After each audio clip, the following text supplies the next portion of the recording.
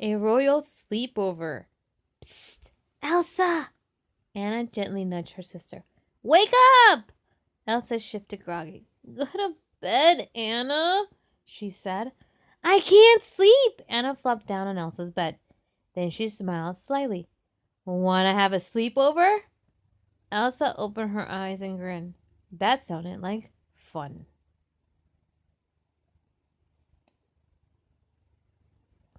Anna went to her room to find extra pillows and blankets. Meanwhile, Elsa headed to the kitchen to get the ingredients for her famous honey cones.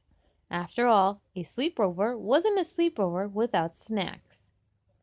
When Elsa got back to her room, she found Anna digging through the closet. Aha! Anna cried. I knew it was here! Anna held up an old worn book. Her parents had read it to the sisters every night when they were little. Let's see. We got books, games, and this face cream Oaken gave me the last time I went to the trading post, Anna said. She opened the cream. It looks kinda goopy. Elsa laughed. Let's save that for later. Elsa looked around. It had been a long time since she'd had a sleepover. So, what should we do first? She asked. Anna was ready. How about we build a fort like when we were kids? She suggested. Anna stacked pillows and blankets around the room, making lookouts and hidden caves. Meanwhile, Elsa created icy tunnels and snowy turrets. This is fun, Elsa said, putting the finishing touches on an icy archway. I think we should add a smack. Elsa felt something soft and feathery hit her back. She turned to see a fallen pillow and a giggling Anna. Oh, no, you don't, Elsa yelled, launching a snowball at her sister. Anna ducked, squealing in delight. Before long, the room was covered in snow flurries and feathers. Anna was zooming down an icy slide on the fort when there was a knock on the door.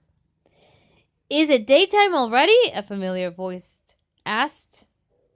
Olaf! Anna cried. The sisters welcomed their snowman friend inside. Elsa explained that they were having a sleepover and invited Olaf to join them. A sleepover? Olaf asked, excited. Oh, I've always wanted to have one of those. He paused. What's a sleepover? We'll show you, Anna said. Come on. We were just about to play a game. Soon the friends were happily playing. Olaf was a natural at pick-up sticks. And Anna was great at work of art. She guessed every drawing and sculpture. Charades proved to be a bit more challenging. Olaf twisted his body this way and that, making frantic gestures and grinning wildly. The sisters didn't know what the answer could be. Finally, Elsa had an idea. Olaf, are you acting out summer? She asked. Yes, he cried.